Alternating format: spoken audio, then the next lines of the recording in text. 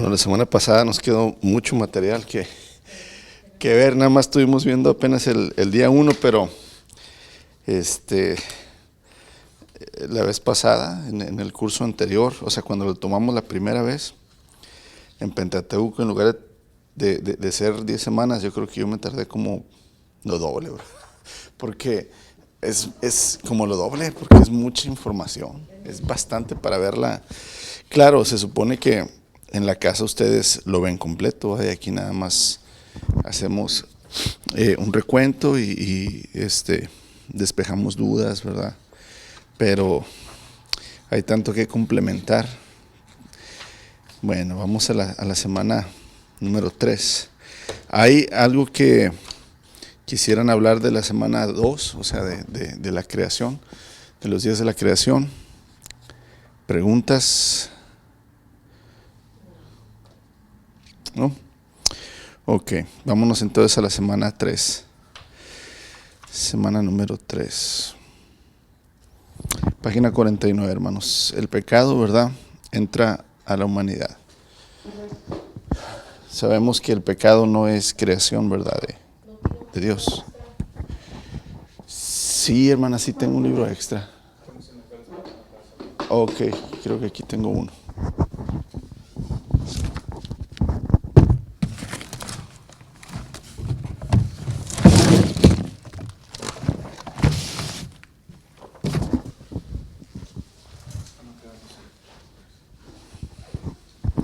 Página 49. Buenos días.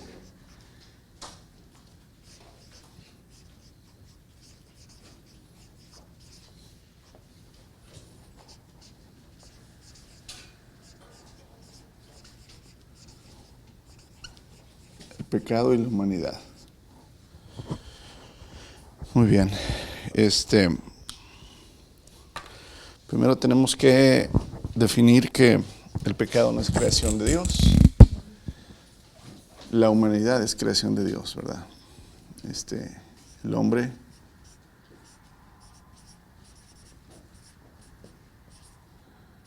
fue creado a imagen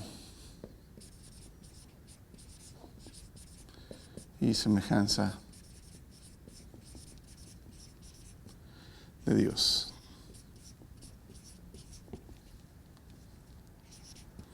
Esto quiere decir que el hombre fue creado, ¿verdad?, en santidad, en pureza. No fue creado con una tendencia al mal. Tenemos que entender, ¿verdad?, que si el hombre fue creado en la imagen de Dios y semejanza de Dios, entonces fuimos creados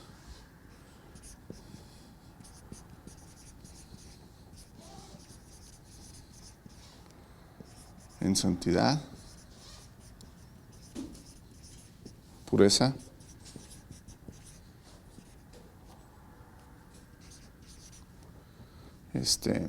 sin tendencia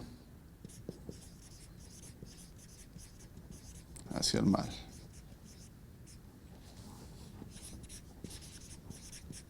Originalmente esa es nuestra identidad, ¿verdad? Somos creados a imagen, semejanza de Dios. Somos creados por esa santidad sin tendencia al mal. O sea, vemos, antes de la caída del hombre, vemos a un Adán y una Eva que no tenían tentación, no tenían complicación con la maldad. Vivían plenamente en la presencia y en la comunión con Dios. Podemos ver en los versos, ¿verdad?, de Génesis, que el Señor cada día venía y se paseaba en el huerto, ¿verdad? Tenía comunión con el hombre perfectamente bien, porque no había nada que impidiera su separación. No había pecado, no había maldad, por lo cual Dios se apartara, más dicho, Dios apartara, ¿verdad?, al hombre para que no estuviera teniendo comunión con él. Prácticamente, hermanos, conocemos que Dios advierte al hombre y le da ese maravilloso regalo que es el libre pensamiento, la libre decisión, y se le entrega de esta manera en un árbol, ¿verdad? Conocemos el relato del Génesis. Dios creó completamente la tierra para que el hombre la habitara, para que el hombre la juzgara, para que el hombre tuviera autoridad sobre todo animal, ¿verdad? En el cielo, sobre las aves, sobre los peces del mar, sobre las bestias del campo. Dios creó toda clase de plantas, de árboles para consumo del hombre. O sea, la creación, la tierra, hermanos, fue formada para que la corona de la creación, que somos el hombre, el ser humano, habitara con Dios en su presencia, perfectamente en comunión. Ahora, dentro de esa creación, Dios planta un huerto. Una parte, ¿verdad?, de la tierra había un huerto que Dios había plantado, donde en ese huerto Dios decidió tener comunión con el hombre y plantar el árbol de la vida y del bien y del mal, de la ciencia o del conocimiento. Acuérdense que la palabra ciencia es conocimiento, ¿verdad? Y vemos que por medio de ese árbol, prácticamente Dios les da la oportunidad de decidir, de tener la opción de entregar voluntariamente nuestra obediencia a Dios o obedecernos a nosotros, ¿qué? A nosotros mismos.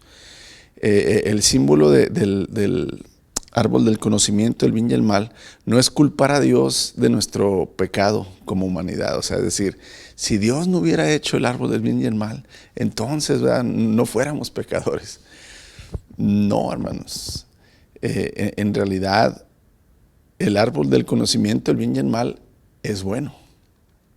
No es malo. Pero la orden de Dios hacia Eva y Adán era ¿qué? No coman de él. O sea, aquí hay una diferencia, porque hay que entender, y no vimos cada uno de los días de la creación. ¿Y ese árbol lo plantó porque, hermano, para ver si obedecía? Sí, ese es el hecho, ese es entender que Dios no hizo una creación autómata, o sea, es decir, que hace todo lo que Él quiere porque nos obliga a hacerlo, sino en realidad Dios es amor y amar es darse a sí mismo por el bien del otro, del prójimo. Y amar es hacerlo sin esperar nada a cambio. Entonces, Dios quería hacer una creación que lo amara voluntariamente. El amor fingido o el amor obligado en realidad no es amor. Entonces, ¿cómo se puede mostrar un verdadero amor a Dios? Dios dio al hombre la decisión de amarle o de no amarle. Y empieza precisamente con el obedecer. El decir, Dios pone a los pies de Adán y de Eva, hermanos, toda la creación. Todos los animales, todas las plantas, todos los árboles, todo era de ellos. Inclusive Dios le dijo a Adán, aquí están todos los animales, pones el nombre que tú quieras.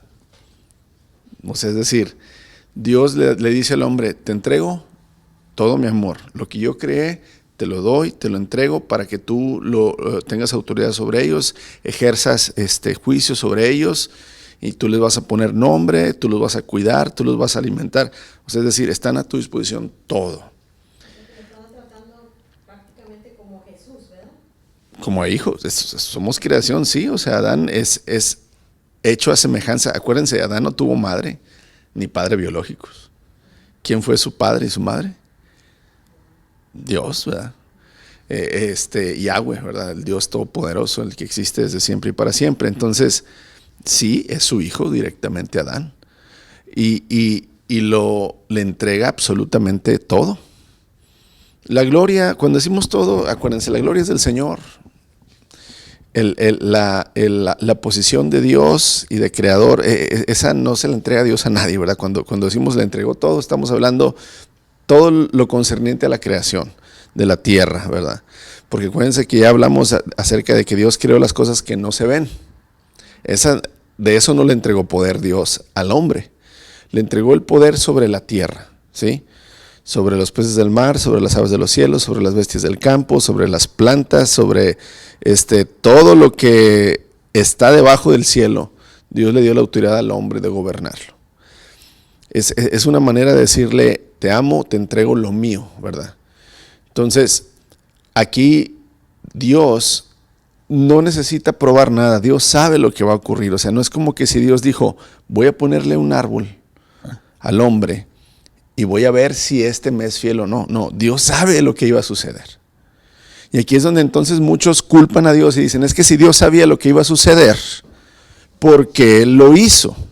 Es como decir, Dios es el culpable. No, hermanos, aunque Dios sabía lo que iba a suceder, Dios es un Dios justo. Y en la justicia de Dios, Dios no tiene que demostrarle nada a nadie, pero Dios tiene que justificar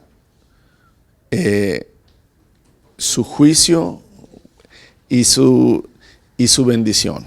Es decir, ¿a quién bendice Dios? A los que Él dice que va a bendecir si cumplen ciertas cosas. ¿A quién va a castigar Dios? A los que Él dice, ¿verdad?, que no cumplen ciertas cosas. Entonces, Dios, para justificar que Él creó una humanidad que tiene la independencia de decidir si amarlo o no amarlo, pues entonces pone un objeto, en este caso, hubiera sido un animal, hermanos, hubiera sido una joya, hubiera sido, no sé, cualquier cosa. Dios decidió hacer que fuera un árbol con un fruto agradable a los ojos y un fruto bueno, y ese es el punto. Cuando vemos en la creación, dice que Dios vio que todo lo que había creado era ¿qué? En gran manera, no nada más bueno, era excelente. Excelente. Entonces el árbol de la ciencia del bien y del mal no es un árbol malo, ni es un fruto malo, es bueno. Pero aquí el Señor, ¿verdad?, les da la indicación de decir, no coman del fruto, porque el día que coman, en verdad les digo, van a morir. El fruto es bueno, hermana. Recuerden, si Dios creó todas las cosas excelentemente buenas, el árbol, buenos días, era bueno. No es que Dios creó el árbol malo con un fruto malo. Y aquí es donde tenemos que entender, sí, hermano. Yo trato de meditar eso ahí, pero mi ignorancia. Pero yo lo veo así como que yo ya sé que dos caminos. Sí, sí, sí. Uno es si te portas mal, haces maldades, sé lo que te va a pasar. Como la cárcel, la muerte, si te portas bien y haces bien, como yo digo, yo sé que vas a tener un buen futuro, ¿verdad? La escuela, un buen trabajo, familia, esto y lo otro. Y yo lo quiero ver como de esa manera, que Adán le dijo que ahí está el árbol, o aquí está todo para ti, no comas de este árbol. Ella sabía las dos posibilidades y me imagino que ya sabía, ok, si no come de él, yo ya tengo algo, toda una vida o todo un mundo preparado para ello. Y si come de esto, también ya tengo todo, ya tengo previsto todo lo que va a pasar de ello. A mí así lo quiero pensar, ¿verdad? Y Adán escogió, pues les cayó eso y pues escogieron lo malo, que fue comer de ello, y a las consecuencias ya él ya tenía preparado, ya sabía todo exactamente qué pasar al hacer ese paso. Aquí es donde sí tiene lógica lo que dices, Armando. Y aquí es donde él como padre necesitaba demostrarnos a nosotros. Es que no quiero usar la palabra necesitaba demostrarnos a nosotros, sino necesitaba que nosotros supiéramos, más bien dicho, necesitaba que nosotros supiéramos que Él es un Dios que no obliga y que aunque tiene toda autoridad, desea una voluntad humillada propia. O sea, al decir Dios, voy a poner el árbol en medio del jardín, porque aquí lo dice, ¿verdad? Dice Génesis 1:1, Génesis 13, Génesis 3:1 al 13. La serpiente era más astuta que todos los animales del campo que Dios el Señor había hecho. Porque luego aquí también vamos a decir, ¿y la serpiente era mala? No. Otra vez, el famoso, y vio Dios que todo lo que había creado era bueno en gran manera. La serpiente era buena, el árbol y el fruto eran buenos. Ok, ahorita vamos a explicar un poquito eso. La serpiente era más astuta que todos los animales del campo que Dios el Señor había hecho, así que le preguntó a la mujer, ¿es verdad que Dios les dijo que no comieran de ningún árbol del jardín? Podemos comer del fruto de todos los árboles, respondió la mujer, pero en cuanto al fruto del árbol que está en medio del jardín, Ellos sabían y tenían identificado el árbol y sabían que era el árbol que estaba, ¿qué? En medio del jardín. Y no es una coincidencia que el árbol haya sido plantado por Dios en medio del jardín. Porque no lo puso allá en lo más lejanito del jardín, ¿verdad? Para que no les diera tentación. Sino porque lo puso en medio. Porque lo puso a la vista, ¿verdad? Y aquí es parte de lo que decía ahorita Armando, ¿verdad? En realidad, No es que quería tentarlos, no, sino que quería llevarlos a no quería tentarlos. Quería darles otra vez el regalo de la decisión, del amarlo voluntariamente. Luis. Sí, es un regalo de decisión, de voluntad, porque cuando fuimos creados a imagen y semejanza de Dios, Él nos da esa voluntad. Sí, claro. Parte de la voluntad. Y hay algunas posturas donde se menciona más también como un acto de obediencia, porque voluntariamente tú decides obedecer. Dios los quiere mover a ese acto voluntario de obediencia. Y muchos piensan que estaban desarrollando también su santidad, estaban desarrollando su razón, su sentido de obediencia, y tal vez en algún momento, como era bueno todo lo que Dios había hecho, en algún momento posiblemente, debido a esa relación, esa madurez, ese crecimiento que ellos iban a estar desarrollando, posiblemente Dios les iba a dar la oportunidad de comer, pero en ese momento no era apropiado. Y algunos usan esta posición, y solamente estoy hablando de que es una postura, no estoy diciendo que así. Sí, yo sé. Ajá. Es como, por ejemplo, cuando los padres estamos preparando a nuestros hijos para que aprendan a manejar. Hay una edad apropiada en la que ellos pueden manejar, en la que ellos pueden tener una licencia, en la que ellos se les puede dar un vehículo. Antes es un riesgo. ¿Por qué? Porque no están maduros, porque no tienen la capacidad de tomar decisiones racionales, porque van a actuar más por impulso, por emociones que por una situación de seguridad. Entonces tú vas preparando durante todo ese tiempo al niño o al joven para lo que es llegar a tener en algún momento su licencia, el privilegio de poder manejar y la responsabilidad de la misma que conlleva esto. Pero a una temprana edad tú mismo los estás poniendo en una situación de riesgo. Sí, o sea, estás preparando. Estamos diciendo que se necesita llegar a una madurez, ¿verdad? Para que esa responsabilidad sea una bendición y no una maldición o un peligro para el mismo. Pero es una postura que Sí, entiendo. Los teólogos utilizan. Ahorita vamos a ver varias posturas acerca de inclusive acerca del fruto o del árbol. Adelante, buenos días. Aquí la primera base, o sea, lo que hay que entender primero es ¿por qué un árbol del conocimiento del bien y del mal? O sea, es decir, buenos días, ¿por qué no nada más del bien? Porque el mal existía.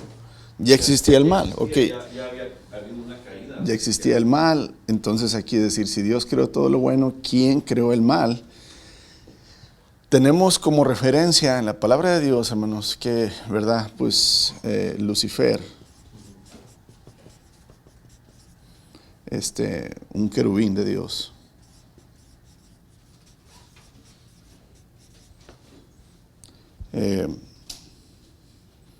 movido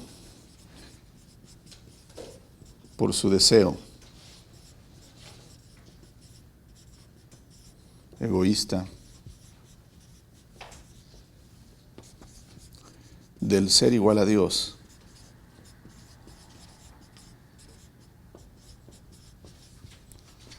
fue expulsado del cielo a la tierra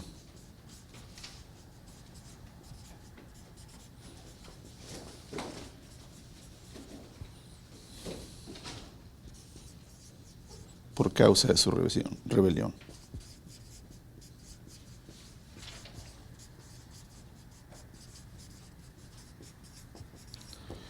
La manera en que podemos explicar el origen del mal es esta, bíblicamente, nada más. Hay un pensamiento en Satanás, ¿verdad? Estudiando y viendo la referencia de los querubines, quiénes son, ¿Qué función tenían? Recopilando los pocos datos que hay acerca de el pasado de Satanás como Lucifer, como querubín de Dios, por nuestro limitado conocimiento y revelación que tenemos acerca de él, podemos deducir que Satanás estaba en la presencia de Dios y que era, de entre los seres creados angelicales, era, si no el más hermoso, el más hermoso y el más sabio creado. No que es más sabio que Dios, estoy diciendo el ser creado más sabio, el ser creado más hermoso, no más que Dios. Estamos hablando de, ¿verdad?, después de Dios, después de Jesús, ¿verdad? Vamos a ponerlo así, el más hermoso era Lucifer. Él adora enfrente de la presencia de Dios. Se piensa y se cree que la música fue creada por Dios para que Satanás la usara para adorarlo. Sí. Al estar frente a Dios, hermanos, y tener una voluntad propia, porque vuelvo a repetirles que la creación que Dios hizo no fue una creación autómata, o sea, que son robots que lo adoran porque Él los programó así, sino les dio autoridad, poder, les dio nombre, pero también les dio una voluntad propia para hacer lo que ellos quisieran hacer, como a nosotros no la dio. Entonces, Satanás está adorando, está sirviendo frente al trono de Dios. Y la creación, hermanos, no somos como el Creador en cuanto a perfección, santidad, pureza y poder. Él es el origen de todo. A nosotros se nos da la opción. Dios no puede ser tentado porque Él es excelsa y perfectamente perfecto. Vaya la redundancia. Nosotros somos como Él, pero no somos exactamente Él. Somos a imagen y semejanza de Él. Y tenemos la opción de escoger si nosotros somos nuestro propio Dios o adoramos al único verdadero Dios. ¿Qué hace Satanás? ¿Qué hace Lucifer? Dice en su corazón, seré igual al Altísimo. Fíjense, o sea, seré igual al Altísimo. Él está contemplando al Señor, está en la presencia de Dios. Y aunque él era maravilloso, hermanos, Lucifer, la presencia de Dios es 1000 veces más maravillosa que él. Entonces, él dice, a mí otros ángeles me admiran también, pero el Altísimo se lleva todos los aplausos, ¿verdad? Y las vamos a llamarle lo mejor, ¿verdad? Y entonces uno dice, ¿qué tanto es tantito si yo estoy casi aquí en la presencia de Él, ¿verdad? Entonces dice ahí, lo relata el profeta Isaías, dice, entonces dijiste en tu corazón, subiré a lo alto y pondré mi trono, ¿verdad?, al norte. Dice, y seré como el Altísimo. Ahí vemos, hermanos, un sentimiento egoísta donde nace el deseo de que yo no quiero que Dios sea más que yo. Yo quiero ser igual que Dios y poder decidir y que nadie tenga autoridad sobre mí.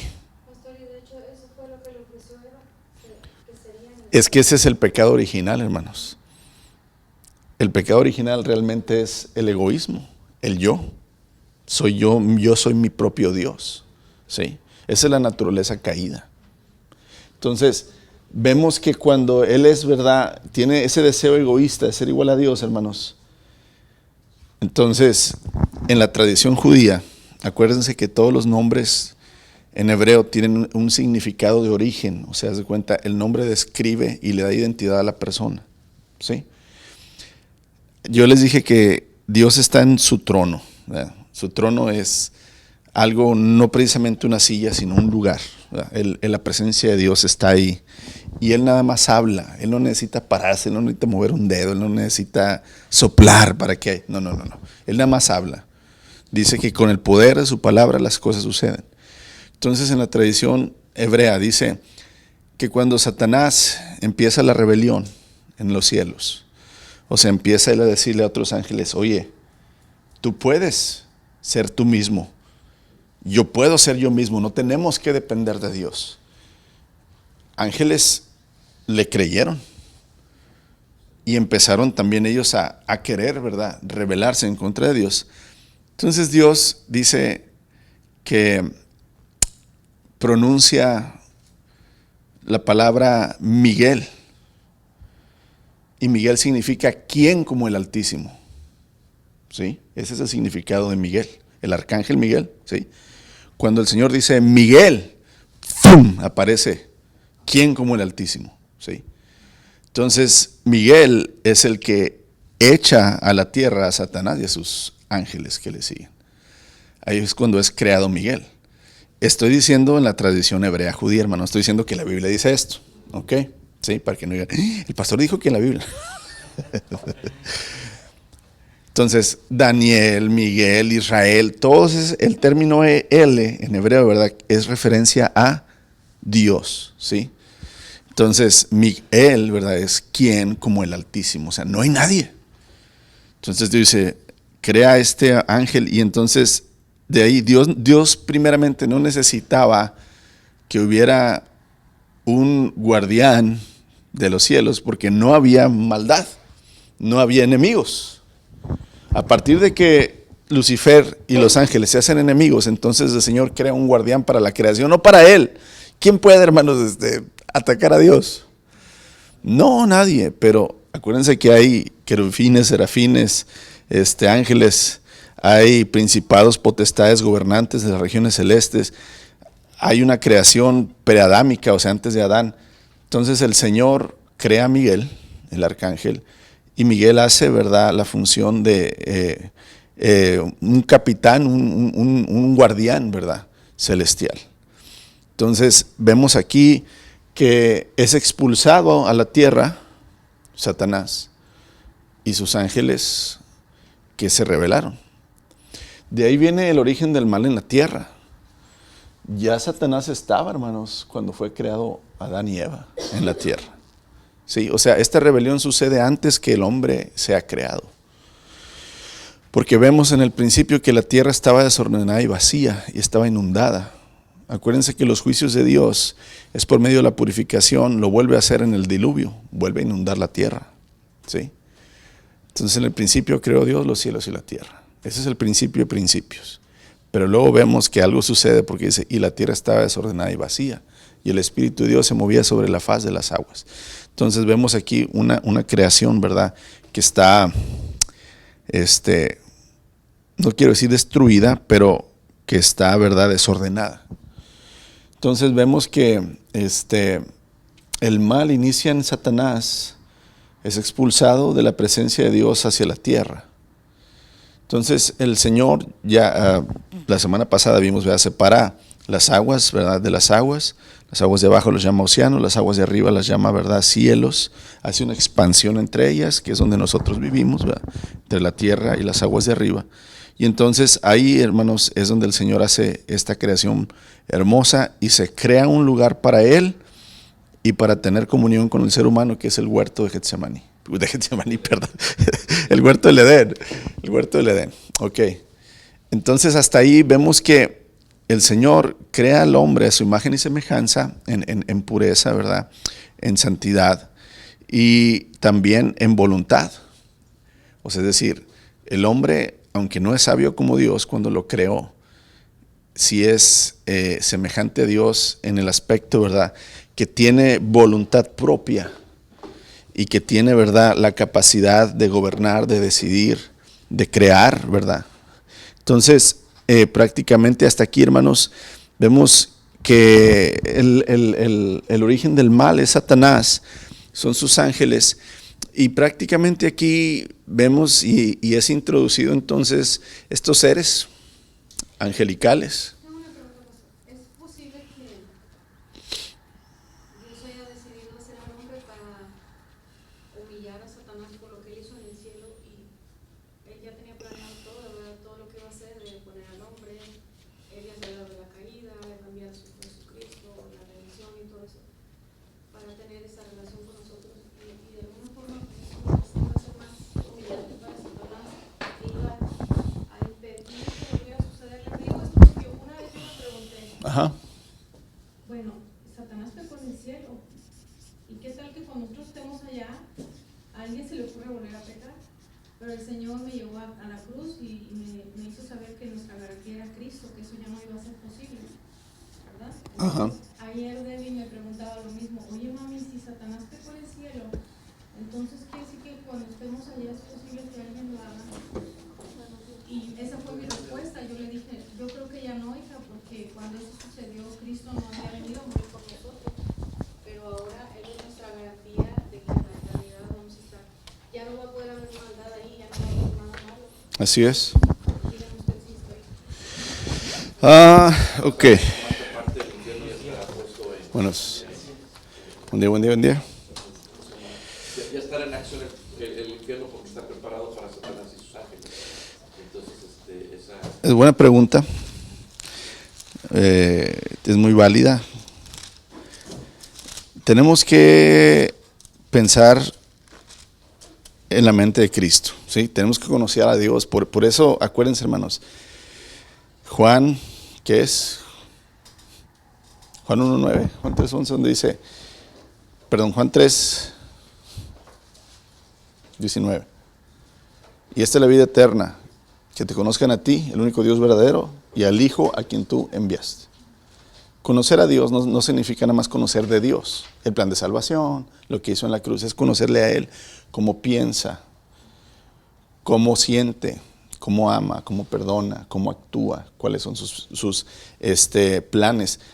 Todo lo que tenemos revelado en la palabra, hermanos, nos habla acerca de Dios, de lo que Él quiere que conozcamos. En este caso, esta frase, antes de la fundación del mundo, el apóstol Pablo la usa mucho, también Pedro y Juan. Antes de la fundación del mundo, antes de la fundación del mundo. Tenemos que entender que antes de la fundación del mundo, el Señor ya conocía y sabía todo sobre todo, ¿sí? Entonces, Dios, le decía yo al principio, Dios no necesita demostrar nada a nadie. Y en realidad, nadie es enemigo de Dios. O sea, nadie tiene la capacidad de poder decir, si yo quiero, lucho contra Dios y le gano, ¿verdad? Entonces, Dios no tiene esa necesidad, hermanos, de crearse enemigos o de hacerle, ándale, para que se le quite y no quiera ser como yo, ¿verdad? O sea, Él no tiene ese sentir.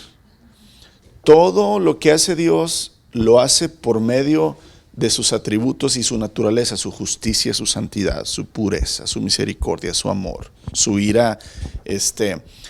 Todo Dios lo hace por quien es Él y no para demostrarle a alguien o a algo una cosa.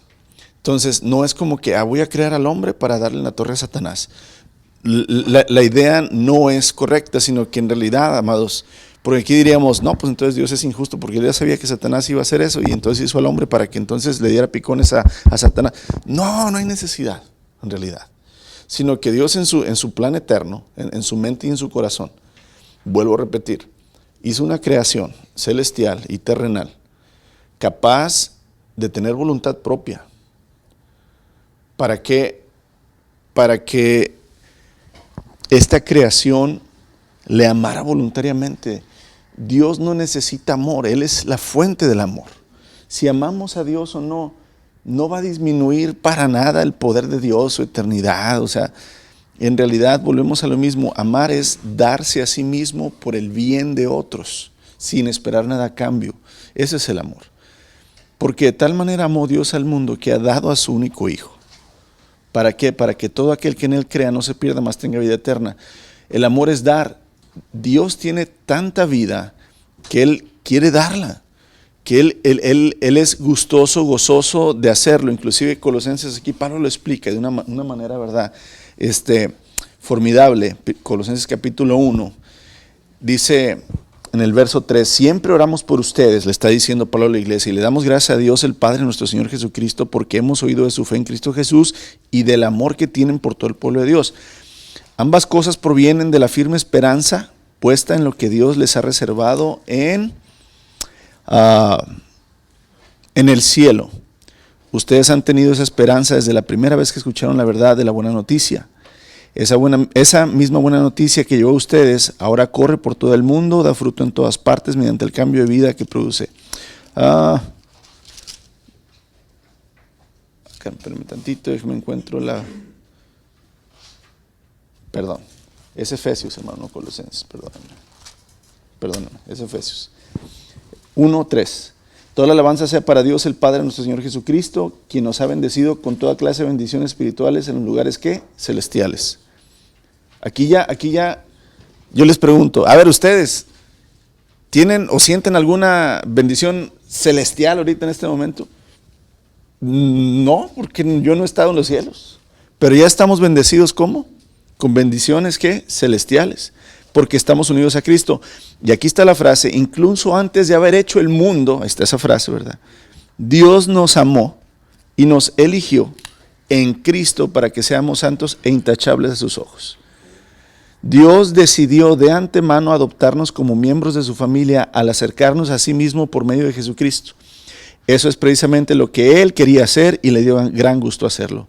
De manera que alabamos a Dios por toda la abundante gracia que derramó sobre nosotros los que pertenecemos a su Hijo amado.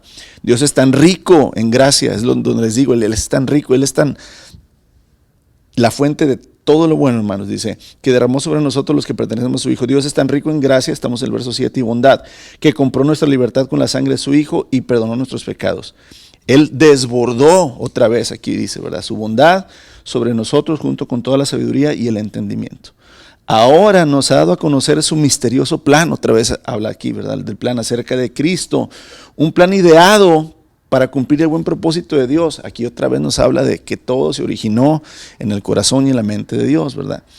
Y el plan es el siguiente, que a su debido tiempo Dios reunirá todas las cosas, y aquí tenemos que entender esto, que dice Pablo que Jesucristo hizo la paz de todo lo que está en el cielo y en la tierra, ¿eh?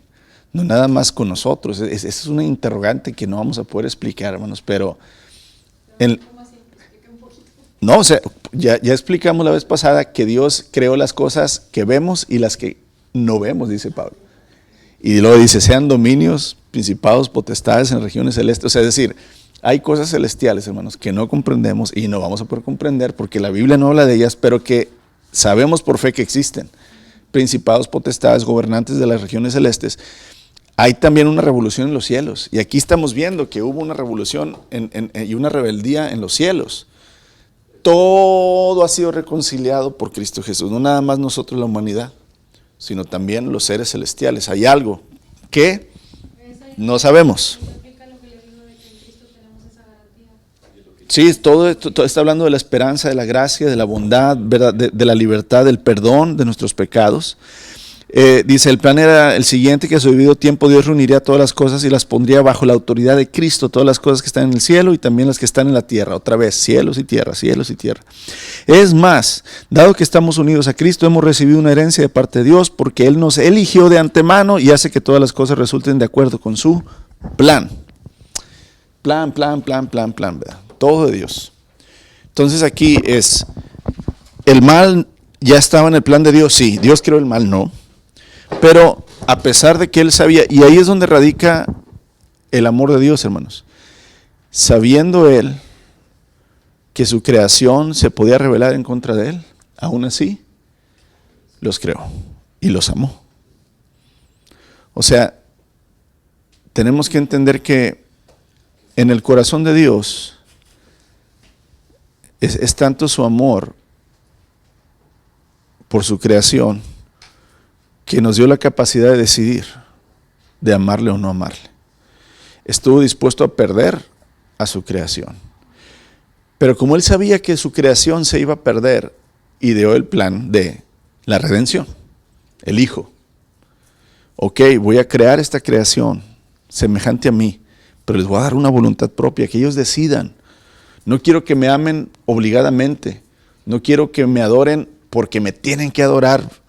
Quiero que lo hagan en su voluntad, en sus emociones, en sus sentimientos.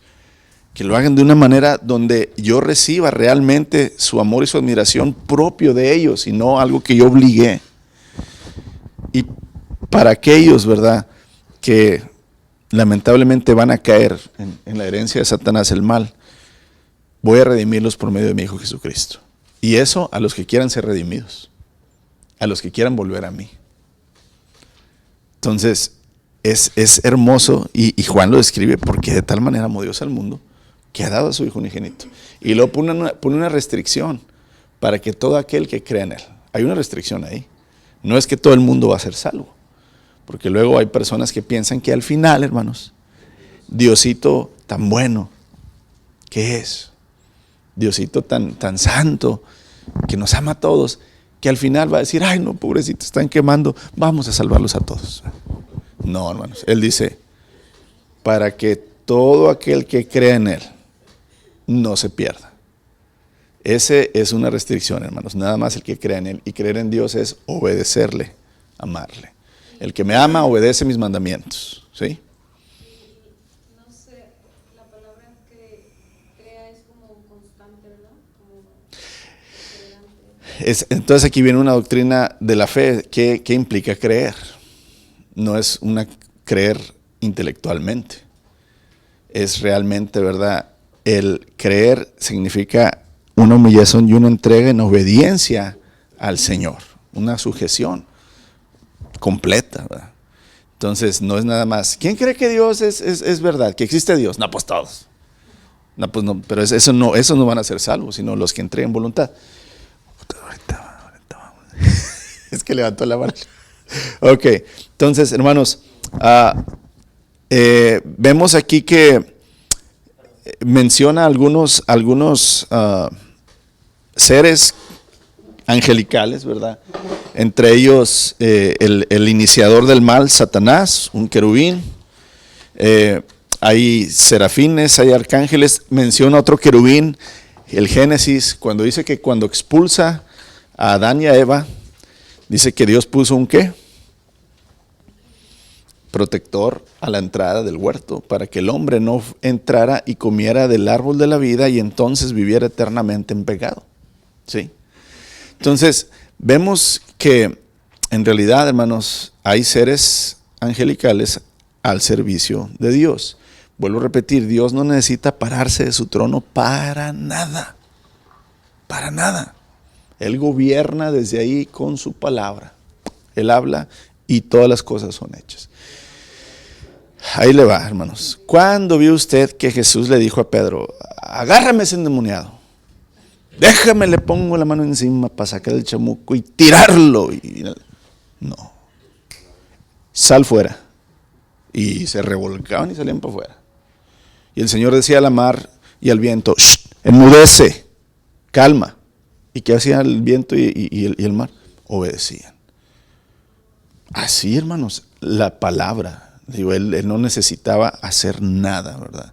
Entonces, hay que entender, ¿verdad? Que entonces el Señor hace seres angelicales, celestiales, gobiernos, potestades, hermanos, para que hagan todo lo que Él hace, todo lo que Él quiere que hagan, ¿verdad? Todo lo que Él quiere que se haga. Él habla y entonces todos estos seres, ángeles, arcángeles, querubines, serafines, potestades, hermanos, hacen lo que el Señor quiere, ¿verdad?, que hagan. Entonces, prácticamente, hermanos, vemos algunos ejemplos. Por ejemplo, los ángeles que fueron con el Señor para destruir Sodoma y Gomorra, ¿se acuerdan? Lo hicieron los ángeles, ¿sí? Vemos que algunos ángeles abandonan su lugar. Aquí, página 52, 2 Pedro capítulo 2, dice, Dios no perdonó a los ángeles cuando pecaron. O sea, aquí vemos que los ángeles pecan, o sea, que tienen una voluntad que propia como nosotros. Dice, Dios no perdonó a los ángeles cuando pecaron, sino que los arrojó al abismo.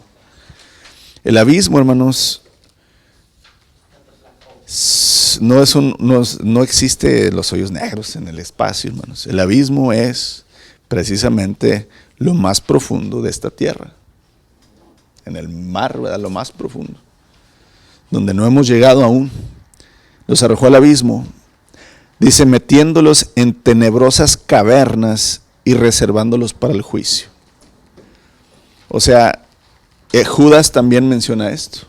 El Evangelio de Judas, el que está antes de Apocalipsis, Judas y Apocalipsis, ese librito pequeño, menciona también a los ángeles que el Señor reservó para el día del juicio, que están en prisiones de oscuridad, ¿verdad?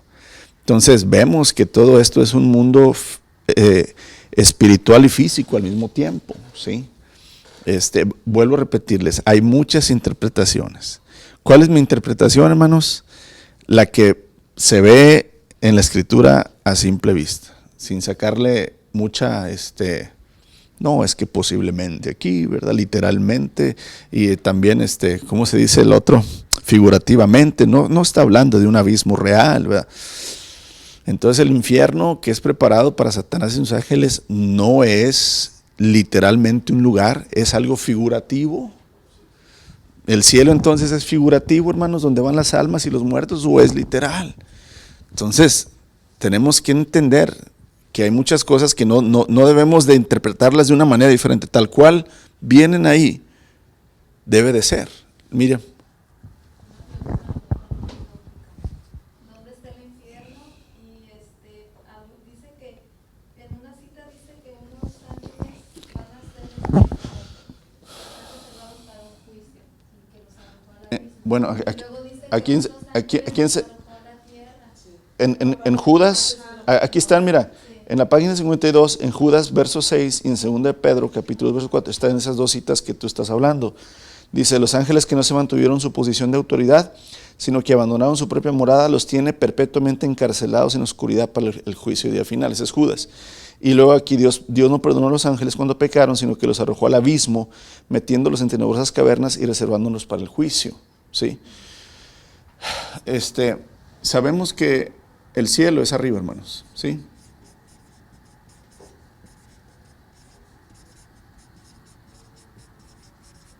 Sabemos que el infierno es abajo.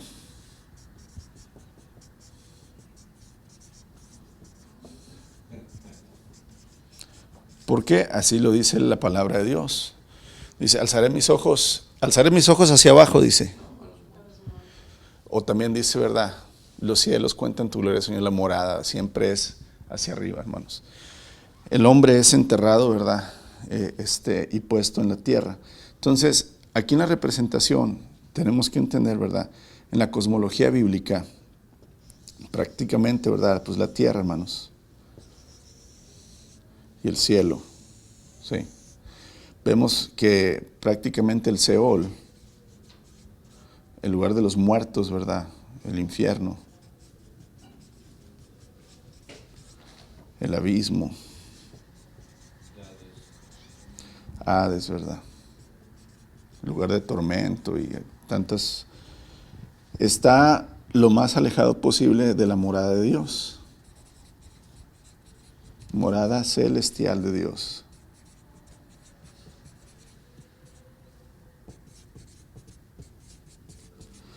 Entonces, si la morada de Dios, hermanos, es arriba en los cielos, ¿verdad? Por lógica, el infierno es abajo, en la tierra. Literalmente. ¿Sí? Nosotros decimos, no, es que es algo figurado, esto es espiritual, ¿verdad? Es que si fuera espiritual, hermanos, entonces ¿por qué el Señor Jesús dice, he aquí voy a preparar lugar para vosotros? Donde yo voy, muchas moradas hay, muchos lugares hay. Entonces vendré y prepararé. En la visión que le está dando el Señor Jesucristo a Juan en el Apocalipsis, le deja ver las puertas de la Nueva Jerusalén, le deja ver, hermanos, las medidas de la Nueva Jerusalén, le deja ver, ¿verdad?, el río que sale del trono de Dios. Estos lugares son lugares reales, que están en otra dimensión. Dimensión me refiero, no están en nuestra dimensión física. No, claro que no. O sea, no voy a ir aquí en un avión y pum, me voy a encontrar y me voy a meter al cielo así con Dios. No. Tenemos que entender, hermanos, que prácticamente el cielo y la tierra, ¿verdad?, se tocan, sí. Están creados, ¿verdad?, por Dios, para ser el lugar donde su creación y Él coexisten. Lo explicamos la semana pasada, es decir, Dios no necesitaba una creación ni un lugar donde existir. Él ha existido eternamente desde siempre, Él es espíritu, no ocupa un lugar. No necesitaba ser visible porque no había ojos que lo vieran, no necesitaba ser audible porque no había oídos que lo escucharan. Pero en el principio de principios, Él creó los cielos y la tierra para poder convivir con su creación, que nosotros sí somos sensoriales, ¿verdad? Que nosotros sí somos creación, que tenemos un aspecto espiritual o físico que Dios nos ha dado. y que necesitamos moradas personales, que es el cuerpo, y lugares donde existir, donde morar. Entonces el Señor crea el cielo y la tierra, hermanos, ¿verdad? Y prácticamente el Edén es donde se toca el cielo y la tierra. Donde el Señor convive ¿con quién? Con el ser humano al inicio. ¿Sí? Cuando el hombre es expulsado, hermanos, del Edén, entonces el Señor impide ya que el hombre entre en ese lugar. Y es borrado, hermanos, destruido en el diluvio. ¿Sí? Por lógica. Porque el Edén es un lugar en la tierra donde el Señor plantó un huerto para poner al hombre y para convivir con él. Y ahí en ese huerto el Señor le dijo al hombre, aquí están todos los animales y ponles el nombre que tú quieras. Estamos hablando de un lugar literal, con un Jesucristo que bajaba y que platicaba y convivía con Adán y con Eva. O también es figurativo, hermanos, ellos se lo imaginan. O sea, nos cuesta tanto creer en eso. ¿Saben por qué? Porque nos han metido la falsa ciencia tantas cosas de que esto es patrañas, ¿verdad? Son puras cosas, ilusiones tontas, cuentos de hadas, ¿verdad? Pero sí creen que vamos a ir a Marte, hermanos, y a colonizar allá y vivir en otros planetas. No, todo eso. Sí. Pero bueno, ok, entonces vemos que el cielo, hermanos, y la tierra son la creación de Dios para la existencia, ¿verdad? De todos los seres que Él creó, angelicales, celestiales, regiones celestes en la tierra.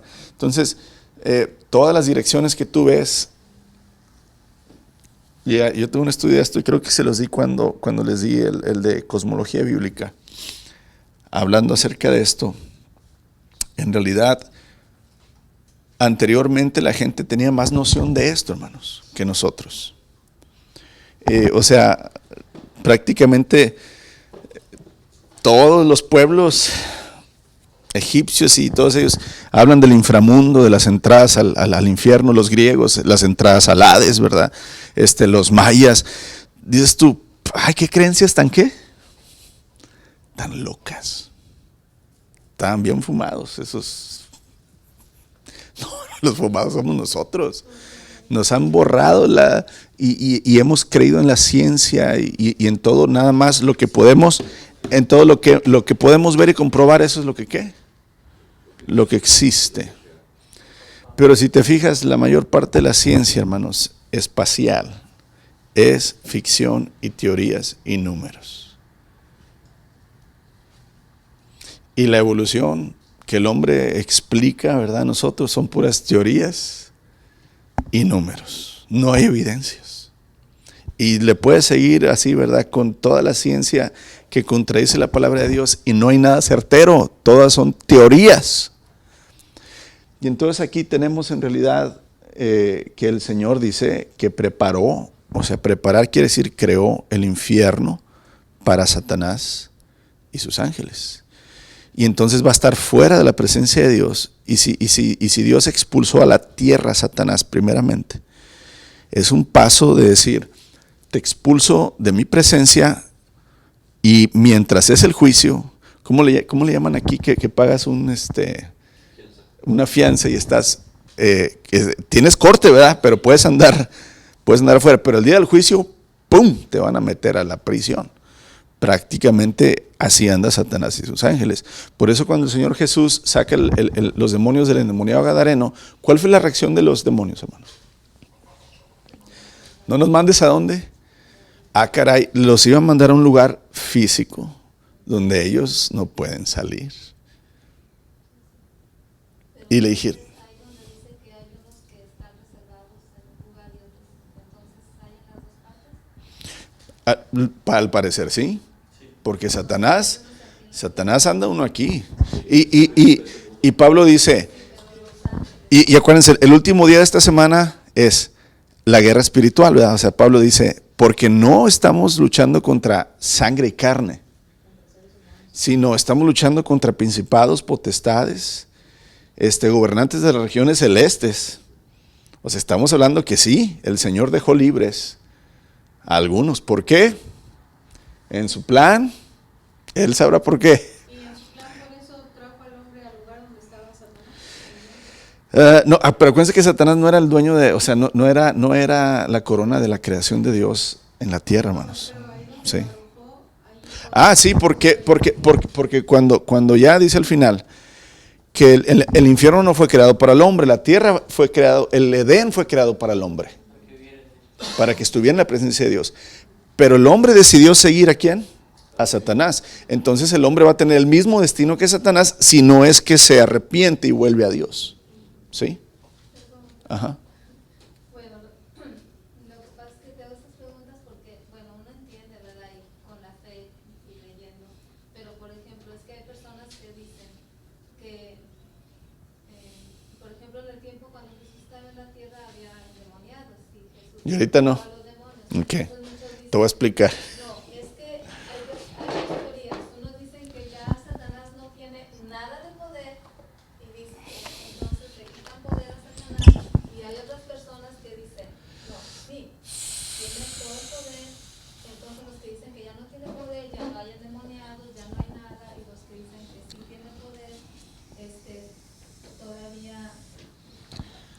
Bueno, mira, aquí es donde en esas preguntas, como tú tienes, Entonces hay personas que te hacen siempre nos van a hacer esas preguntas. Entonces, vuelvo a repetir, hermano, muchas cosas no vienen en la Biblia, uno le pide al Señor, Señor, ilumíname. Empieza uno a investigar y pues empieza uno a tener la mente y dice, Señor, espero que esto sea tuyo. La manera que yo explico eso que tú me dices, ¿por qué ahorita no vemos los endemoniados que se ven ahí? ¿Verdad? Ok, número 1, población.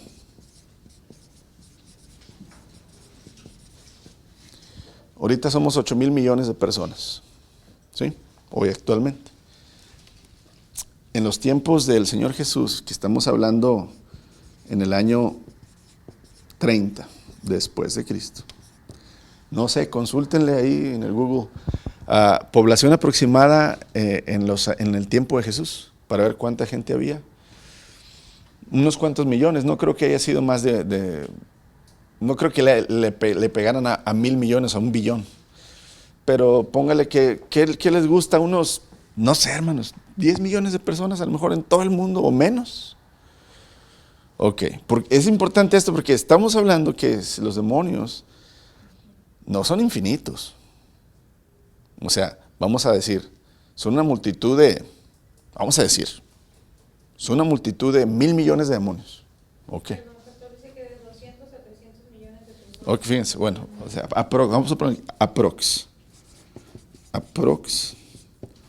de 200 a 300 millones, que se me hace mucho, pero se me hace una exageración, pero bueno. Pero estamos hablando de que ahorita, hermanos, ahorita somos 8,000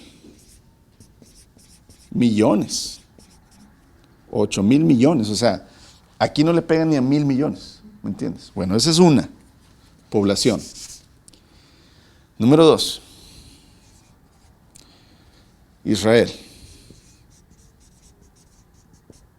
pueblo de Dios, pueblo escogido por Dios. Bueno, aquí nos vamos a adelantar un poquito a los días que íbamos a ver. ¿Cuál fue la maldición de Dios hacia la serpiente y hacia la mujer? Cuando pecó Eva. Le dice Eva, por haberle hecho caso a la serpiente, tú, ¿verdad?, darás a luz con dolores de parto. ¿Sí? Tu deseo será dominar a tu hombre, pero el hombre te dominará a ti. Y luego dice a la serpiente, y tú, el hijo de la mujer. Esta es una profecía mesiánica, ¿sí? Protoevangelio. O sea, ya nos está anunciando que va a venir un Mesías. Génesis, creo que es 3:17 o 3:15. Pero el hijo de la mujer, le dice a Satanás, tú lo vas a morder en el talón y él te va a aplastar la cabeza. Desde ahí estamos hablando de una simiente santa, una simiente mesiánica.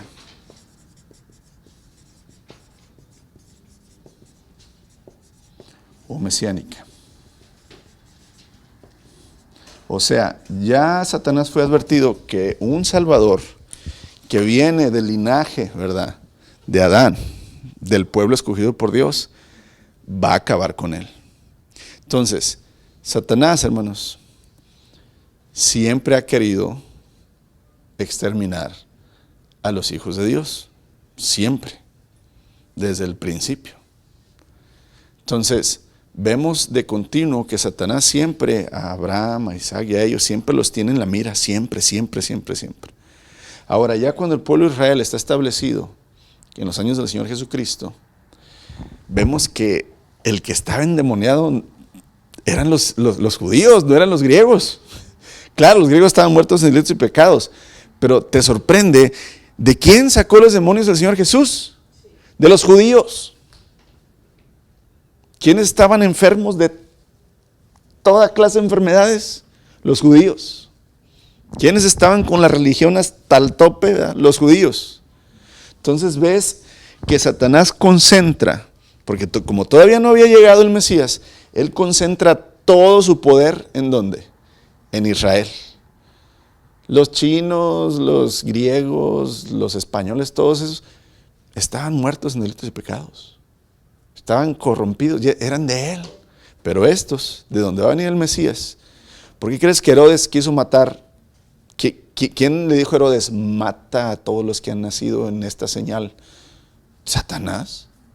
Entonces, aquí, ¿verdad? Está concentrado Satanás en Israel y por eso los demonios en ese tiempo en Israel era una cosa, pues que ahí lo vemos, ¿verdad? Muy, muy exagerada. Como dice, lo lees y luego ves ahorita y dices tú, ay, pero pues ahorita no tenemos eso, ¿verdad? O sea, no lo vemos así y con esa frecuencia. Bueno, porque pues ya no estamos y no somos Israel y ya el Mesías ya vino y el apóstol Pablo dice en Gálatas que en la cruz, el Señor Jesús exhibió públicamente en la cruz y venció, ¿verdad? Ajá. 3:15 dice, también despojó a los principados y las autoridades y los exhibió como espectáculo público, habiendo triunfado sobre todos ellos en la cruz. Amén. Y luego aquí tenemos entonces el Evangelio. Y también en Apocalipsis 20, ¿vale? ¿Sí? Dice, versículos 1 en adelante, vi a un ángel que descendía del cielo y que tenía en su mano la llave del abismo y una gran cadena. Él prendió al dragón, aquella serpiente antigua, quien es el diablo, Satanás, y le ató por 1000 años. Amén. Ok, entonces vamos con las... Número 1, la población era menor, había más demonios que gente, vamos a llamarlo así. Número 2, Satanás concentraba su fuerza en Israel porque ahí vendría el Mesías. Número 3, ya cuando el Señor muere, resucita, entonces el Evangelio y la gracia empiezan a liberar a poblaciones enteras de todo esto. Y ahora, las astucias y las artimañas de Satanás cambian. Ya no es igual. Entiendo todo eso, pero sí la forma como se está diciendo está bien, porque hay personas que preguntan, entonces ahora la forma de trabajar de Satanás es diferente. Claro, No es que no esté, porque Claro. argumentan mucho de que sí. es que ya no Ya no es con hechicería. es más, hasta dicen que me encierras en un cajoncito y hasta los niños se los enseñan, de verdad. Sí, no, o sea, es que mira, por ejemplo, si tú ves el Señor en el Deuteronomio, en Éxodo, prohíbe la hechicería, adivinación, porque era lo que la gente hacía, o sea, era el método que Satanás usaba, los dioses falsos, para que la gente estuviera corrompida, o sea, totalmente en su mente, estaba poseída. Pero entonces, vuelvo a repetir, ¿verdad? La astucia de Satanás, él es astuto y tiene artimañas, va cambiando, o sea, ahorita Los artistas, celulares. entretenimiento y ciencia, ahorita es entretenimiento y ciencia. Es el entenebrecimiento de nuestro entendimiento. Sí. Básicamente la artimaña. Nublarnos. La religión, ahora la religión es un arma de Satanás, Poder religioso. pero Pastor, para mi clarificación, entonces, los que dicen que están endemoniados en algunas religiones, ¿verdad? Como dice que se mueve ahí Satanás, entonces es mentira. una cosa es estar endemoniado, otra cosa es estar poseído. Hay que definirlo, ¿sí? Es decir, todo el que no tiene a Cristo y no tiene el Espíritu de Cristo, tiene el espíritu del anticristo.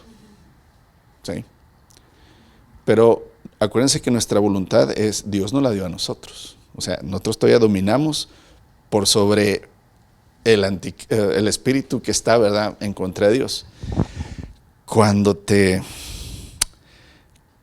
dejas llevar por los pecados al punto, ¿verdad?, de que te dominan, es alcoholismo, drogadicción, prostitución, asesinatos, violencias, brujería. O sea, ahí, hermanos, vemos que es una posesión.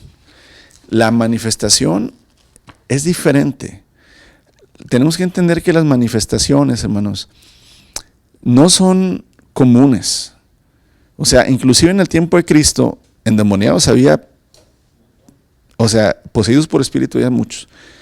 Pero cuando se presentaban de una manera, ¿cómo se dice?, sobrenatural, son excepciones.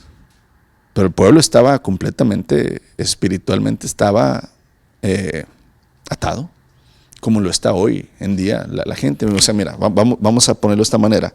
Un adicto, un drogadicto, un alcohólico. No quiero exhumarlos de su pecado, o sea, no quiero decir, pobrecitos, están poseídos por un espíritu. Ellos le dieron al espíritu la libertad de poseerlos cuando empezaron a consumir. Porque dices tú, aparte de la dependencia física de las drogas o del alcohol, hay algo emocional y espiritual que, a pesar de que ellos saben que les está haciendo mal, no lo abandonan, aunque quieran. Entonces hay algo que los tiene atados, que no pueden ellos desatarse. Tú los puedes llevar a un centro de rehabilitación, pasan 8 meses ahí, se purifica el cuerpo y todo, pero a la primera dices tú, ¿por qué? O sea, si en su consciente saben que esto destruyó su familia, su cuerpo y todo, hay una fuerza opresora que está presionándolos a hacerlo. O sea, eso es una posesión. Entonces, ¿cómo se hace una ¿cómo dijo? ¿De demonios? Una manifestación. Una manifestación de demonios. Le digo porque yo veo muchas cosas raras y yo no Ahí yo he visto que es directamente, las experiencias que yo he tenido es directamente, tienen que ver con un trasfondo ocultista. O sea, o los padres o ellos mismos anduvieron en algo así. Ocultismo me refiero a hechicerías, brujerías, trabajos, adivinaciones, así. No me ha tocado, o sea, he visto unas manifestaciones con alcohólicos y con drogadictos, pero son más manifestaciones de como un niño que no quiere hacer lo que los padres dicen, ¿verdad?, pero ya en grandote, ¿sí? Pero no, sí, pero acá las otras sí son manifestaciones, físicamente se transforman y todo. O sea, si ves que hay una posesión y una manifestación sobrenatural. Eso no existe en los cristianos, en los verdaderos hijos de Dios que son, porque ya ve que dicen, No puede. ¿no?, que los cristianos y que no Bueno, es que hay que definir otra vez, hermanos. No todo el que se dice cristiano es un verdadero hijo de Dios. Sí, eso me queda claro. ¿Sí? Pero lo que voy que Donde mora el Espíritu, hermana, no puede caber otro espíritu. O sea, y el Espíritu Santo no abandona a la persona. Una vez la sella, entonces no puede. La opresión sí. Y por eso hay que definir opresión y posesión. La opresión siempre la vamos a tener los hijos de Dios. Siempre. Dice el apóstol Pablo, le pido al Señor 3 ocasiones, le he rogado que me quite el aguijón en la carne. Dice, un enviado de Satanás que me abofetea. O sea, ahí estás viendo que esa es opresión, no posesión. No que él estaba poseído por un demonio, no, sino que que la opresión, hermanos, es sentir siempre ese deseo y esa lucha contra algo de que, ay, ¿por qué tengo esto? Sí, Señor, tú sabes. yo no tenía ese entendimiento, yo tenía esas batallas y mi esposo lo sabe cuando recién nos conocimos, porque yo tenía mucha confusión en mi mente que a mí me hacían creer que entonces yo tengo eso que, o sea, que tenía batallas. Bueno, Sí, de verdad. bueno, Hay una cobertura muy vulnerable. Claro, claro, no, no. No, o sea, en realidad, vuelvo a repetirlo, sí, o sea, dice ahí, si vosotros no sois de mi Padre, ¿verdad?, celestial, sois del diablo.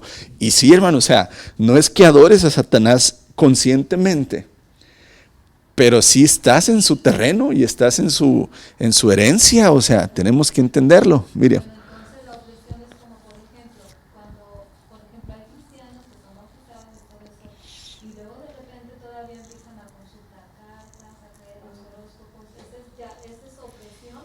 No. O ya hay que, o es porque ya le estás dando entrada tú a Satanás a tu vida, porque tú eres... Más bien dicho, no has dejado de... más bien dicho, no, sí, no has dejado de...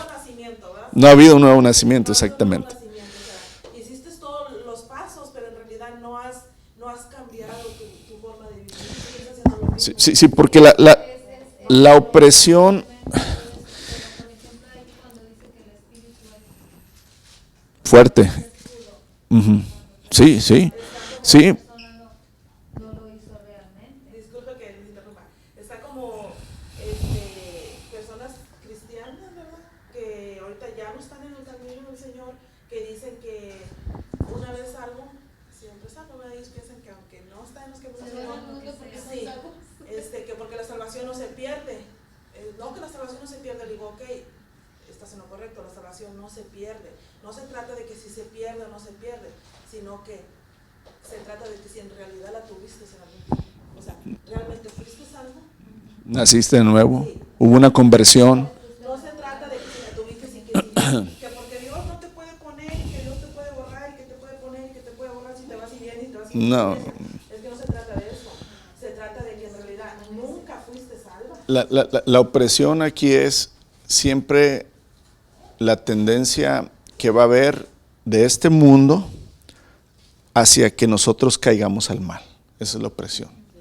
Siempre, o sea, es la manera que lo pudiéramos definir. Es como Satanás al acecho de nosotros. Sí, siempre, como león rugiente, viendo a ver en qué área, por eso dice, velad y orad. Porque, o sea, porque Satanás anda oprimiendo, viendo, tentándote de una manera o de otra. Tienes hambre, convierte la piedra en pan, Señor Jesús. Tírate de lo más alto para que vean todos que tú eres el Hijo de Dios. Adórame para que recibas toda la gloria de los reinos. O sea, opresión siempre es tratar de hacerte caer en el mal. Esa es la opresión, ¿verdad? Que la posesión, ya definimos, es estar completamente dominado por un pecado, ¿verdad? O por la maldad. Al punto que no puedes tú salir de ella, aunque quieras, ¿sí? Pastor, y hay posibilidades de algunos que comenzaron bien y terminaron mal. Sí, Juan lo dice. Y Pedro lo dice, porque si los que han escapado de las contaminaciones del mundo, o sea, aquellos que recibieron el perdón y conocieron al Señor, han escapado de las contaminaciones del mundo por el conocimiento de nuestro Señor y Salvador Jesucristo, se enredan de nuevo. Nuevamente la parte de la voluntad, se enredan de nuevo en ellas y son vencidos. El último estado les viene a ser peor que el primero, pues mejor les hubiera sido no haber conocido el camino de justicia que después de conocer, volver atrás del santo mandamiento que les fue dado. A ellos les ha ocurrido lo acertado por el proverbio: el perro se volvió a su propio vómito y la puerca lavada a revolcarse en el cielo. Viene siendo, para mí, la interpretación de la blasfemia contra el Espíritu Santo es precisamente eso. O sea, escuchar el Evangelio, ver cómo el poder del Evangelio cambia, transforma, libera personas. Tú empezar a escucharlo y vamos a llamarle coquetear, pero después darte la vuelta y decir, ¿qué más se puede hacer por esa persona, hermanos? Ya se le presentó el Evangelio, ya se le dio evidencia en la vida de otras personas, Cristo en la vida de otras personas, y aún así dice, esto no es para mí, no se puede hacer nada más. El pecado imperdonable es precisamente no creer en la obra del Espíritu Santo que puede hacer en la vida de las personas. No hay otro pecado imperdonable. Muchos creen que no, es que el que blasfemó contra Dios, ahí cuando entras a una secta satánica tienes que escupir a Cristo lo ponen ahí un retrato de Cristo y maldecirlo, y entonces ya todos esos no tienen perdón de Dios porque ya blasfemaron contra el Espíritu.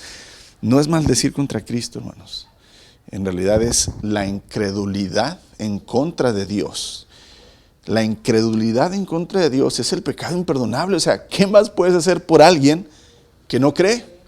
No puedes hacer absolutamente nada. De ahí en más, todos los pecados pueden ser ¿qué? Perdonados. Porque crees que el Señor es más fuerte que el pecado más horrible que hayas tú podido cometer. Entonces, la incredulidad es blasfemar contra Dios. Dios no puede cambiarme. Dios no puede perdonarme. Dios no existe. Dios no tiene el poder de haber resucitado después de estar muerto. Eso es blasfemar en contra de Dios, ¿verdad? O sea, no darle su lugar de poder, de autoridad a Dios. Entonces, y el contexto de ese texto, hermanos, porque siempre hay que ver el contexto, acuérdense, es decir, ¿por qué el Señor Jesús saca esto de la blasfemia contra el Espíritu Santo? Porque los fariseos, los religiosos, están diciéndole a Jesús, tú sacas los demonios por el poder de Satanás, o sea, por el poder de Belcebú. O sea, le están diciendo, tú no eres de Dios, y esto que se está haciendo no es por parte de Dios, sino es por parte de Satanás. Y es donde el Señor les dice, blasfemar contra el Espíritu Santo es imperdonable. Es decir, no creer que el Señor hace estas obras es imperdonable. Entonces, prácticamente podemos decir, hermanos, que todos estábamos muertos en nuestros delitos y pecados. Inclusive el Señor Jesús, teniendo un argumento con los fariseos, les dice que el que peca esclavo del pecado es. Y ellos dicen, nosotros somos hijos de Abraham, nunca hemos sido esclavos. Y el Señor Jesús le dice, no, son esclavos del pecado. Entonces eso de ser esclavo del pecado, hermanos, es porque hay una opresión y posesión sobre nosotros. Algo que vi aquí en el libro que así como que todo está bien. Sí. Pero me llevó así como que me puse a pensar mucho cuando dice las formas en que nosotros podemos caer en la tentación. Y luego, por ejemplo, dice que una forma de satisfacer los deseos de nuestro cuerpo, pero luego la otra dice, podemos disfrutar viendo, pero al ver lo que no es adecuado. Oh, sí. Se destruye, esta frase dice, se destruye la imagen de la santidad de Dios en nosotros. Así es. Es algo bien delicado y bien impactante como dice que si nosotros caemos en algo que vemos y que sabemos que no lo debemos de hacer, estamos destruyendo la imagen de la santidad de Dios. Claro. Sí, mira, aquí lo pusimos. El hombre fue creado a imagen y semejanza de Dios. Fuimos creados en santidad. Pereza le puse pureza. Pureza sin tendencia hacia el mal. Y eso a veces lo vemos como muy simple. Dice esto, dice el otro. Y no nos metemos a fondo sin el gran significado que es, que dice que está destruyendo la imagen de la santidad. Claro. Muy buen punto. Voy a explicar una pregunta que la hermana Evelyn tenía, ¿verdad?, que me pidió que explicara. Es la página 58. Y habla precisamente de lo que estás hablando tú, Miriam, ¿verdad?, de las tentaciones y cómo fue el engaño. Aquí tenemos dos declaraciones, ¿verdad? O sea, aquí tenemos que entender engaño y decisión.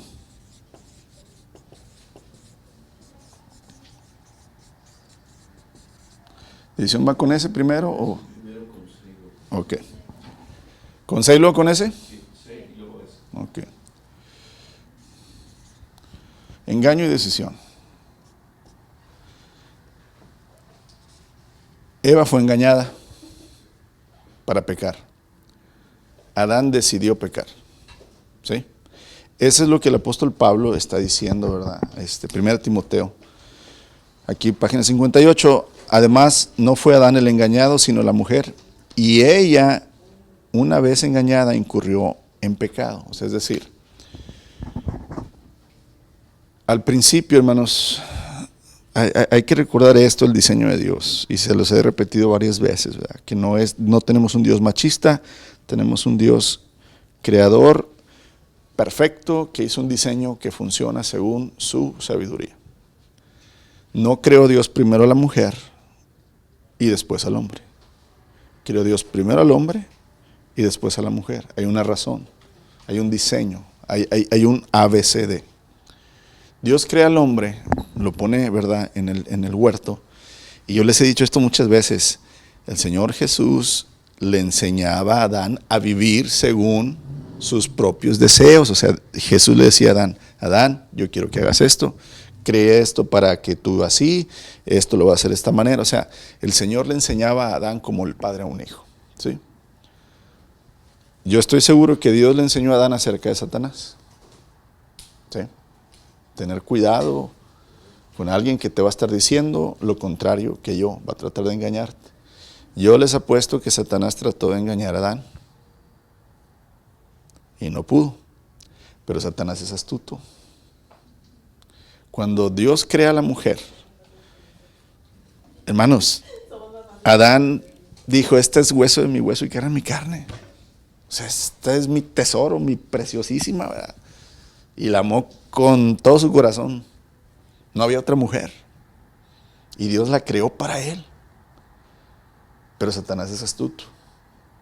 Él dijo, no voy a poder tumbar a Adán directamente, pero sé su punto débil.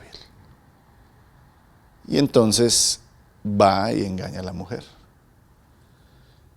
El hombre tenía la responsabilidad de cuidar a toda la creación, esto también a la mujer, ¿verdad? Es decir, el hombre cuidar a quién, a su mujer. No sé, hermanos, si Adán estaba ahí o no estaba ahí, o Adán había ido por las cocas y las tortillas, pero al parecer Satanás agarró solo a Eva, ¿verdad? Y las palabras de Satanás son muy astutas, con que Dios ha dicho que no coman de ningún árbol que está en el huerto. Fíjense la astucia, ¿verdad? No, espérate, no, dijo que de este no, porque en verdad moriremos y lo hacemos. No, te digo una cosa, en verdad, serás como Dios. Otra vez, algo bueno, hermano, ser como Dios, en pureza, en santidad. ¿Quién no desea ser como Dios en pureza, en santidad, en conocimiento, en saberlo todo? Y aquí es donde entonces ella fue engañada, queriendo hacer algo bueno, quebró la única regla que Dios les había dado: no comer del árbol bueno, porque dice que lo vio y que era agradable y que inclusive se lo podía saborear ella ya agradable. Fue engañada. Pero luego aquí viene lo más terrorífico, hermanos. Habiendo ella siendo engañada, dice que ella le ofreció a su marido. O sea, aquí es donde nosotros no queremos pecar solos. Cuando la regamos, queremos llevarnos de encuentro al esposo o la esposa. Nunca reconocemos que nosotros somos los culpables de algo. Es que tú también tienes la culpa. En lugar de decir, yo la regué en esto. Y el otro sonso, hermanos, Adán. Fíjense, lo decimos en broma, pero acuérdense que hay una frase en los gringos: happy wife, happy life. ¿Sabes qué? Ay, para no pelear, haz lo que quieras, mujer. Se rompe el diseño. Adán decidió pecar porque él prefirió el amor de Eva que el amor de Dios. Eva fue engañada. Y entonces aquí, hermanos, ¿verdad? Eva fue engañada, pero dice Pablo, pero una vez engañada incurrió en pecado. O sea, le dice a su esposo, toma. Y el otro, ¿verdad? Voluntariamente,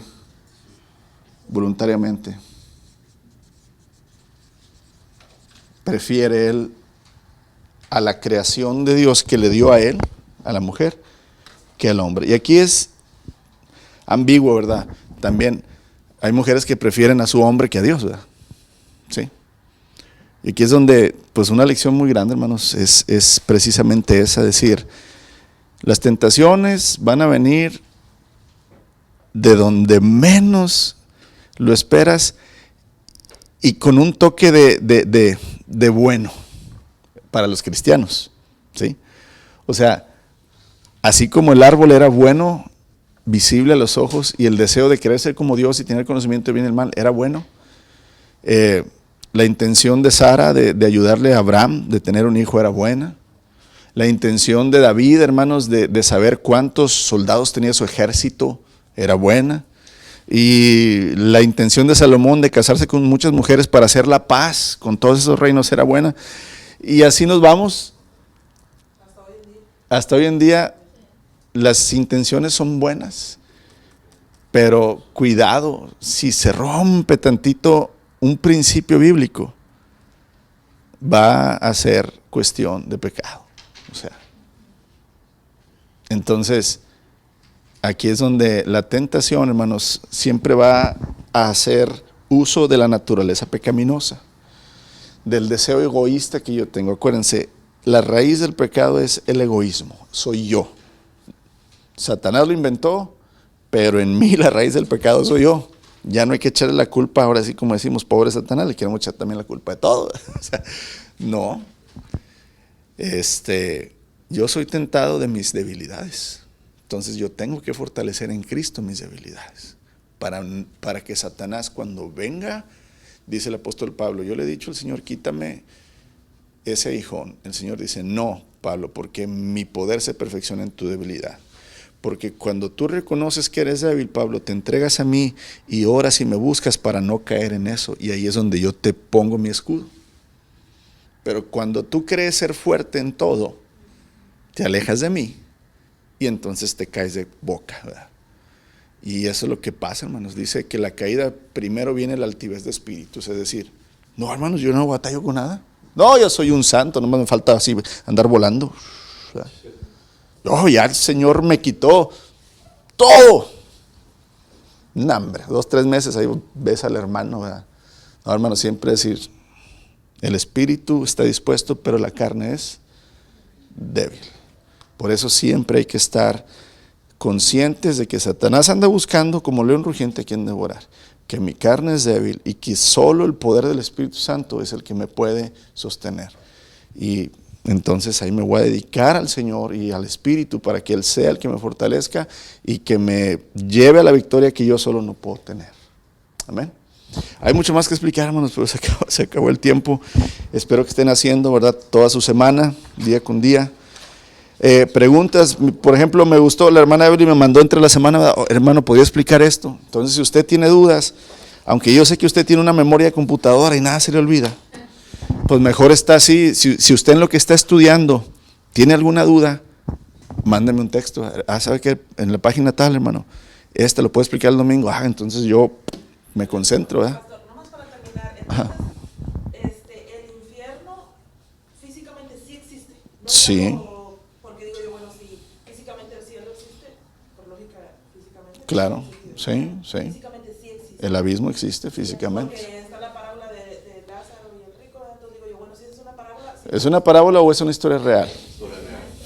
Porque la parábola ¿Verdad que es una historia real? Sí, porque yo me quedé pensando en eso cuando dijeron, no, pero es que es una parábola. Entonces mi mente se me fue así, nomás que yo no les dije nada en ese momento, yo me quedé callada y yo me quedé pensando. Mira, Es una parábola, es una mira, historia real. muchos dicen que es una parábola. Yo dije, mañana voy a leer la Biblia. Bueno, Voy a poner la mañana. nada más fíjate, las parábolas del Señor nunca dan nombres. Siempre dice, el sembrador salió a sembrar, y el buen pastor, y la oveja, y la puerta, y el camino, ¿verdad? Pero en esta ocasión el Señor da nombres, da lugares, da escenas, habla de Abraham, habla de los ángeles, habla del rico en el Hades, de Lázaro en el lugar habla de Moisés, la ley de Moisés. O sea, nos da muchos datos que dices tú, esta es una historia real, ¿sí? Es una descripción de una historia real. Y podían verse uno al otro. Entonces, si yo digo que no existe el infierno, entonces yo estaré diciendo que Dios es mentiroso. bueno, y entonces, ¿para qué queremos ser salvos por Jesucristo? Si al final yo puedo hacer lo que yo quiera y ya nada más voy a desaparecer. Eso se llama aniquilación. Eso lo predican los testigos de Jehová. De cuando si no te escoge Dios, entonces al final, ¡pum!, nos va a aniquilar, no vamos a existir. Entonces, pues, ¿para qué quiero salvación? Si